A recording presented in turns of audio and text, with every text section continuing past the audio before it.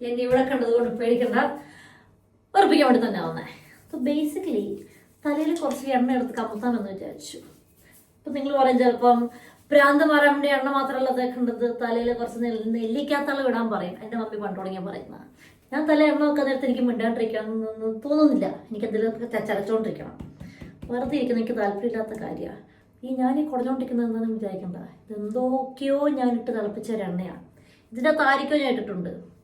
മുട്ടത്തലയിൽ അങ്ങനെയെങ്കിലും മുടി വളരുമെന്ന് അറിയാൻ വേണ്ടി ഇട്ടതാ. പക്ഷെ ഒരു കാര്യമില്ല, കണ്ടോ തിളങ്ങി നിൽക്കുന്ന കണ്ടോ. ബുർജ് ഖലീഫ പോലും ഇത്രയും തിളങ്ങൂല. അപ്പോൾ എൻ്റെ നെറ്റി തിളങ്ങുന്ന അത്രയും അടിപൊളിയായിട്ടാണ്.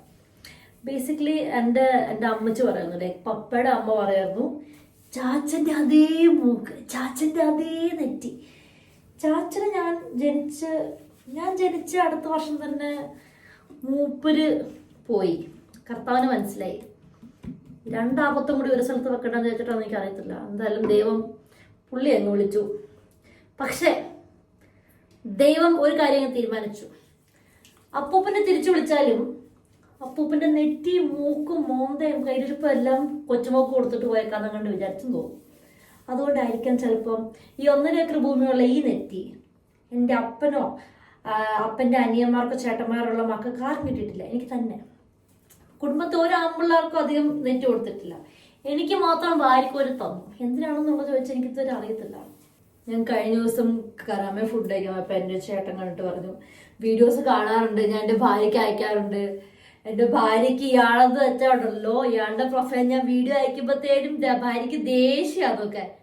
പുള്ളി ചിരിച്ചോണ്ടാ പറഞ്ഞു. എനിക്ക് വലിയ സന്തോഷം തോന്നിയില്ല. എൻ്റെ പൊന്നളിയോ, നിങ്ങളുടെയൊക്കെ കുടുംബത്തിലെ പ്രശ്നത്തിന് എന്നെ എന്തിനാ വലിച്ചയക്കുന്നേ? ബട്ട് വൈടാ, ബട്ട് വൈ. ഞാൻ എന്ത് ചെയ്തു? ഞാൻ ആകെ ഇട്ട വീഡിയോയ്ക്കകത്ത് നിങ്ങൾക്ക് റിലേറ്റ് ചെയ്യാൻ പറ്റി, ഓക്കെ ശരി, മനസ്സിലായി. നിങ്ങൾ എൻ്റർടൈൻഡ് ആണ്, മനസ്സിലായി. പക്ഷെ നിങ്ങളുടെ ഭാര്യനെ അത് വെച്ച് എൻ്റർടൈൻ ചെയ്യാൻ പോകില്ല. കേൾക്കുന്നുണ്ടല്ലോ ഇപ്പം നോർത്ത് ഇന്ത്യ എന്താ സംഭവിക്കുന്നതെന്ന്.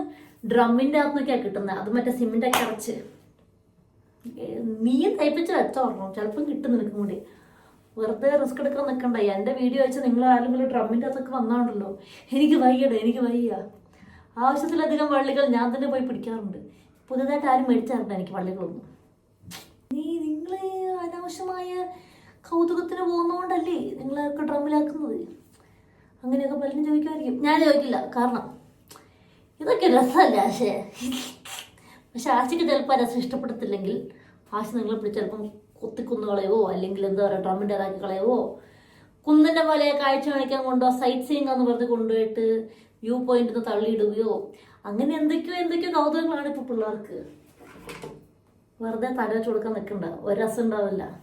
ചാച്ചൻ പോകുന്ന സ്ഥലത്തേക്ക് ഞാൻ പോകുന്നവരെ മിക്കവാറും ഈ മുട്ടത്തല എൻ്റെ കൊടുത്തിരിക്കുന്നു.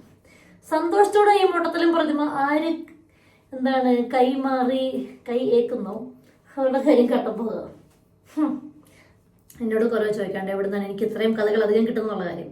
എൻ്റെ കുറേ കൂട്ടുകാരുണ്ട്, എല്ലാം തലവെച്ച ചെറ്റകളാണ് എല്ലാം. കോഴി എന്നൊക്കെ പറഞ്ഞാൽ ആലോക കോഴിയാണ്. പക്ഷേ ഈ കോഴിത്തരത്തിൻ്റെ ഇടയിൽ കൂടെ എൻ്റെ കൂട്ടുകാർ കുറച്ച് സമയം കണ്ടെത്തും സത്യസന്ധമായ പ്രണയം കൈമാറാൻ വേണ്ടിയിട്ട്. ആ കൈമാറുന്നത് കൃത്യമായിട്ട് എല്ലാ കൂട്ടമുള്ള പെണ്ണുങ്ങളുടെ എന്ന് തേക്കുന്ന പെണ്ണിനെ മാത്രം അവർ കൃത്യം എടുത്തുകൊണ്ട് വന്നിട്ട് ഹൃദയമൊക്കെ കൊടുത്ത് അവളെ പറ്റിയ പൊന്നു പോലെ നോക്കി എല്ലാം സെറ്റാക്കുമ്പോഴത്തേനും അവളിങ്ങനെ ജോലിയൊക്കെ മേടിച്ചു കൊടുക്കുന്നു. അവളെ അങ്ങ് തലകേറ്റി ഒച്ചിരി കൊണ്ട് വെക്കുമ്പോഴത്തേനുണ്ടല്ലോ അവൾ അവിടെ നിന്ന് ആരെല്ലാം കൂടെ പോകും. അപ്പോൾ ഈ മക തേപ്പ് കിട്ടും.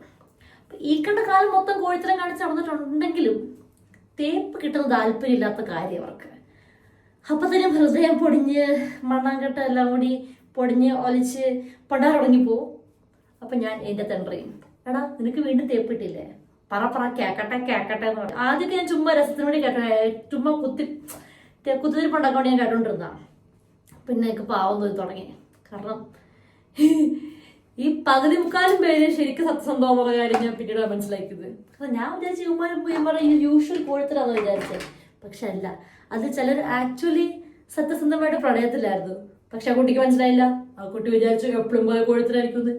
അതുകൊണ്ട് ആ കുട്ടി നൈസായിട്ടൊരു കോഴത്തിലും കാണിച്ചങ്ങ് പോയി. പക്ഷേ ഒത്തില്ല. അങ്ങനെ കുറേ തേപ്പ് കഥ കേട്ട് ലാസ്റ്റ് നമുക്കൊരു തേപ്പ് കിട്ടുന്ന സമയത്ത് ഞാൻ നോക്കിയപ്പോൾ എനിക്ക് യുവമാടെ പറയാനുള്ളൂ. കാരണം യുവമാർ എന്തൊക്കെ അനുഭവിച്ചത് ഞാൻ കണ്ണുമാലെ കണ്ടതാണല്ലോ. ഇപ്പം ഞാൻ പറഞ്ഞാടാ I feel it now, I get it now, ശ്വാസം മുട്ടൽ, ഹാലൂസിനേറ്റിംഗ്, എന്താണ് ഫുള്ള് റിലേ കട്ടിക്കിളി പോകുന്ന സീൻ എനിക്ക് മനസ്സിലായി തുടങ്ങി. നിങ്ങൾ പറഞ്ഞതൊക്കെ എനിക്കിപ്പോൾ മനസ്സിലായി, നിങ്ങളത് അനുഭവിച്ചൊക്കെ എനിക്ക് മനസ്സിലായി. അങ്ങനെയാണ് ഞങ്ങൾ തുല്യ ദുഃഖിതരായി. അവരും മുഞ്ചി ഞാനും മുഞ്ചി. ആ ഒരു സോണിലേക്ക് വന്നപ്പോൾ ഞങ്ങൾ എല്ലാവരും ഈക്വൽ തുല്യ ദുഃഖിതരായി. എവിടെ പരിപാടിക്ക് പോലും ഇത് തന്നെയാണല്ലോ നമ്മുടെ അവസ്ഥ. അതുകൊണ്ട് പിന്നെ ഞങ്ങളൊരു കോംപ്രമൈസിലൊക്കെ പോയി. അങ്ങനെ അധികം കഥകൾ കേട്ട് യുവമാരുടെ കയ്യിലിരിപ്പ് കാരണം യുവമാർ എല്ലാ മാസം എവിടെയൊക്കെ ഇപ്പോൾ തേപ്പൊക്കെ മേടിച്ചോണ്ട് വരും.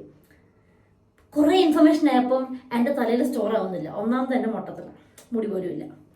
അതുകൊണ്ട് എനിക്കിത് സ്റ്റോറേജ് സ്പേസ് കുറഞ്ഞപ്പോഴാണ് ഞാൻ അതെല്ലാം കൂടി കുഴച്ചിറക്കി കണ്ടന്റ് ആക്കിയിട്ട് നേരെ അടുത്ത് ഇൻസ്റ്റേ വാരി ഇട്ടത്.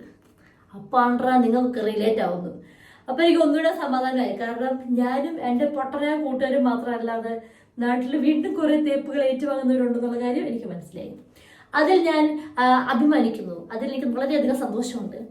You can do it. നിങ്ങൾ അമേസിംഗ് ആണ്. നിങ്ങൾ എന്നെപ്പോലെ കൃത്യമായിട്ട് തെറ്റായ ആൾക്കാർ പോയി കണ്ടുമുട്ടുന്നു. അതൊരു നിമിത്തമല്ല, നിങ്ങളുടെ വിധിയാണ്, വിധി. ഇതൊക്കെ കൊടുത്തേക്കും. ഓക്കെ, ഇന്നത്തില്ല ചമ്മിയ കാര്യം നമ്മൾ ഒരു കാരണവശാലും കാണിക്കരുത്. ജീവിതത്തിൽ എങ്ങനെയൊക്കെ നമ്മൾ ചമ്മിയിട്ട് എണീറ്റ് പോയിട്ടുണ്ടോ അതുപോലെ തന്നെ സെയിം അറിയാത്ത പോലെയും വിട്ടേക്കാം. പിന്നെ നമ്മൾ ഈ പറയും ചാർക്കോൾ എന്ന് പറഞ്ഞിട്ട് ബ്ലാക്ക് കളർ ഇടാറുണ്ട്. ഒരുമാതിരി ചാർക്കോൾ ഫേസ് വാഷ് അതിൻ്റെ പുറത്ത് വെച്ചിരിക്കുന്നത്.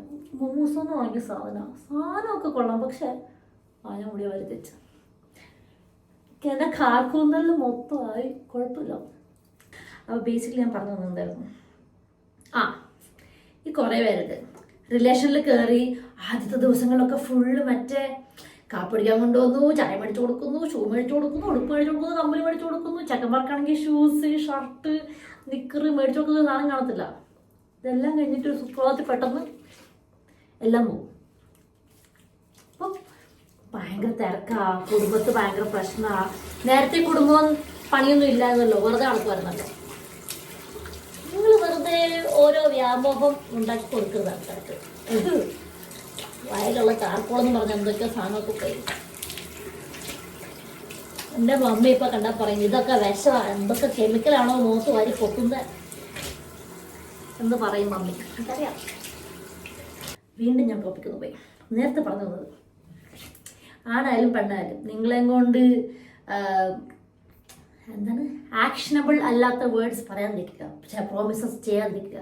നിങ്ങൾ ചുമ്മാ ചെയ്തേക്കാം, അവിടെ പോയി ഇവിടെ പോയി ഇത് മേടിച്ചേക്കാം എന്നൊക്കെ പറഞ്ഞു കഴിയുമ്പോണ്ടല്ലോ കൂടുതലുള്ള ആളുകൾ ഇതിനെ എക്സ്പെക്ട് ചെയ്തിരിക്കും. കാരണം അവർ നിങ്ങളെപ്പോലെയല്ല.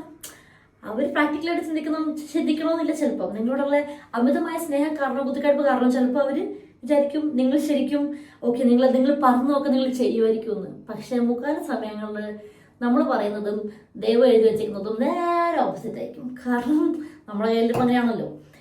അതുകൊണ്ട് ദയവ് ചെയ്ത് നിങ്ങൾ ആൾക്കാർക്ക് വെറുതെ വാക്ക് കൊടുക്കാൻ നിൽക്കണ്ട. നടക്കുകയല്ലെങ്കിൽ പിന്നെ നിങ്ങൾക്ക് അതിൻ്റെയും കൂടി തള്ളു നിങ്ങൾ കേൾക്കേണ്ടി വരും. നീ അതിങ്ങനല്ലോ പറഞ്ഞത്, നീ എന്നെ ചതിച്ചു, നീ എന്നെ പറഞ്ഞ് പറ്റിച്ചു, എല്ലാ ഡയലോഗും നിങ്ങൾ തന്നെ കേൾക്കേണ്ടി വരും. നിങ്ങൾ ഈ കുടിച്ചുകൊണ്ടിരുന്ന കട്ടൻ കാപ്പി നല്ല മധുരമൊക്കെ ഉണ്ടെന്ന് വിചാരിച്ചു. ചായ കാപ്പി എന്ത് തേങ്ങെങ്കിലും ആയിക്കോട്ടെ, നല്ല ചൂടോടെ കുടിച്ചോണ്ടിരുന്ന ആസ്വദിച്ച് കുടിച്ചോണ്ടിരുന്ന സാധനം കുറച്ച് ബാക്കിയുള്ളപ്പോൾ നിങ്ങൾ ചിലപ്പോൾ വെച്ചിട്ട് വേറെ എന്തെങ്കിലും പണിക്ക് പോയിട്ടുണ്ടാവും.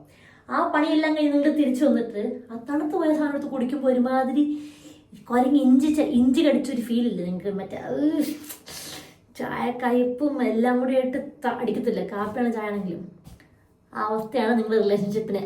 ആ ചൂടോടെ കുടിച്ചു പോകുമ്പോൾ കുടിച്ച് സിപ്പായിട്ട് കുടിച്ച് പോവുക, തീർക്കാതെ ഇരിക്കുക. കുറച്ച് ചൂടുള്ള മണിക്ക് ഇടയ്ക്ക് കുഴിച്ച് വിട്ടോ, തീർന്നു പോയിട്ട് അതല്ലെങ്കിൽ കുറച്ച് ബാക്കിയുള്ളപ്പം വേറെ സ്ഥലത്ത് പോയി തിരിഞ്ഞിട്ട് തിരിച്ചു വന്നാൽ ചിലപ്പോൾ ആ സെയിം ഫീൽ കിട്ടത്തില്ല. അപ്പോൾ തന്നെ അതിൻ്റെ ഫീല് പോയിട്ടുണ്ടാവും. പിന്നെ നിങ്ങൾ അതിൻ്റെ അകത്ത് പിന്നെ എത്ര ചൂടാക്കി കുടിക്കാൻ നോക്കിയാലും നോ രക്ഷ, ഹോമം വേണം. അപ്പം എല്ലാവരുടെയും ജീവിതം നല്ല രീതിയിൽ മൂഞ്ചിപ്പോട്ടെ ഞാൻ ആശംസിക്കുന്നു. തഥാസ്തു. ബൈ.